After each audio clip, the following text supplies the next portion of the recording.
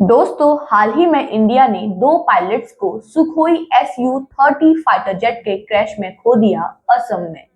दोस्तों, एक पायलट को ट्रेन करना बहुत ही लंबा प्रोसीजर है और जब हम उन्हें खो देते हैं तो जो लाखों रुपए हमने उनकी ट्रेनिंग में खर्च किए हैं और जो समय हमने उनको दुनिया का एक बेहतर पायलट बनाने में लगाया है, वो सब एक साथ बर्बाद हो जाता है और साथ ही साथ इंडिया को अरबों रुपयों का नुकसान भी सहना पड़ता है। तो आज के इस वीडियो में हम आपको इस टॉपिक से रिलेटेड इंटरेस्टिंग फैक्ट्स बताएंगे।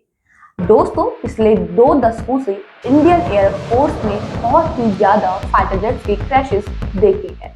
हालांकि ये एक्सीडेंट रेट अब धीरे धीरे कम होता जा रहा है, बेटर ट्रेनिंग, मेंटेनेंस और मॉडर्नाइजेशन की वजह से, मगर आज भी ये क्रैश होते दिखाई दे रहे हैं और ये एक बहुत बड़ा कंसर्न बना हुआ है इंडिया की डिफेंस एस्टैब्लिशमेंट के लिए।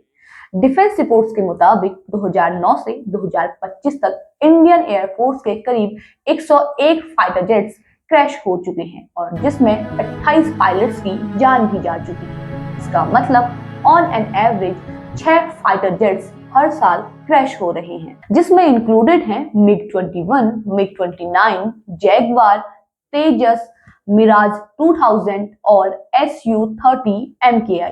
हालांकि इनमें मेजॉरिटी MiG-21 की ही रही है, जिसमें 101 में से 54 फाइटर जेट्स मिग सीरीज के ही रहे हैं, इसलिए इनका नाम फ्लाइंग कॉफिन पड़ा है। पिछले 2 दशकों में काफी हाई प्रोफाइल एक्सीडेंट हुए हैं, जिसमें 400 MiG-21 इन्वॉल्व थे 1970 से अब तक।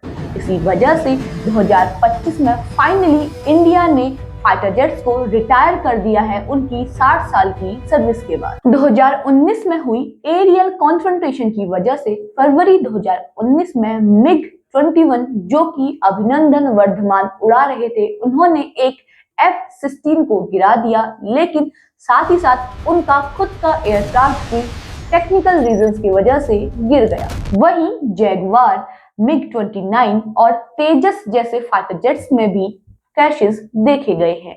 उसमें सबसे ज्यादा हाईलाइटेड था 2025 का दुबई एयर शो का क्रैश, जिसमें पायलट की भी जान चली गई थी। दोस्तों, इंडियन एयर फोर्स ने अपना एक्सीडेंट रेट कम करने में काफी हद तक सफलता पा ली है, जो कि 0.2 एक्सीडेंट पर 10,000 फ्लाइंग आवर्स पे पहुंच गया है, जो कि एक global military aviation safety standards के बराबर ही है। तो आइए जानते हैं कि ये एयरक्राफ्ट क्रैशेस आखिरकार होते क्यों हैं।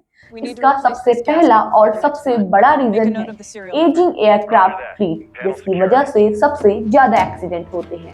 इंडियन एयरफोर्स के पास आज भी ज्यादातर एयरक्राफ्ट 1980s के डिजाइन वाले हैं, जिनको बहुत ज्यादा मेंटेनेंस चाहिए होता है और ये ज्यादा प्रोन होते हैं टेक्निकल फेलियर की तरफ। इंडिया ने MiG-21 एयरक्राफ्ट को डिकेड्स तक उड़ाया था, क्योंकि उस समय डिले हो गई थी मॉडर्न फाइटर जेट्स को एक्वायर करने में हमारी ब्यूरोक्रेसी की वजह से। दूसरा सबसे बड़ा रीजन है ह्यूमन एरर।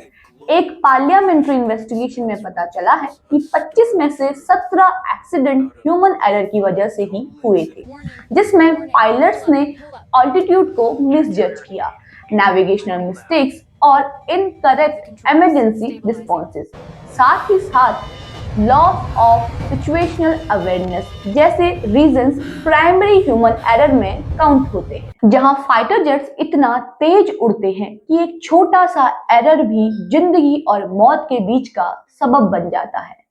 एक और रीजन आता है जिसमें मैकेनिकल फेलियर काउंट होता है, जैसे कि इंजन फेलियर, हाइड्रोलिक माल फंक्शन, एवियोनिक्स माल फंक्शन, फ्यूल सिस्टम प्रॉब्लम्स और स्पेयर पार्ट्स शॉर्टेज। एयरक्राफ्ट किसी बर्ड स्ट्राइक या फॉरेन ऑब्जेक्ट डैमेज की वजह से भी क्रैश कर जाते हैं।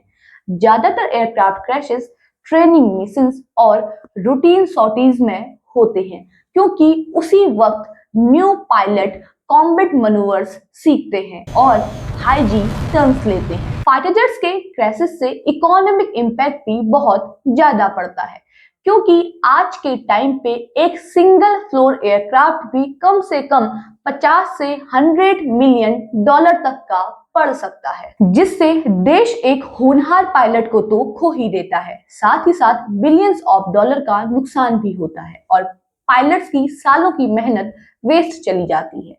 दोस्तों, ऐसा नहीं है कि हमारी एयरफोर्स इसको ठीक करने के लिए कोई कोशिश नहीं कर रही है। वो पुराने एयरक्राफ्ट को रिटायर करके नए एयरक्राफ्ट को इंडक्ट कर रही है। साथ ही साथ फ्लाइट सिमुलेटर्स और एडवांस ट्रेनिंग एयरक्राफ्ट जैसे कि HJT-40 को इंडक्ट कर रही है, ताकि पायलट्स को बेस्ट ट्रेनिंग मिल सके।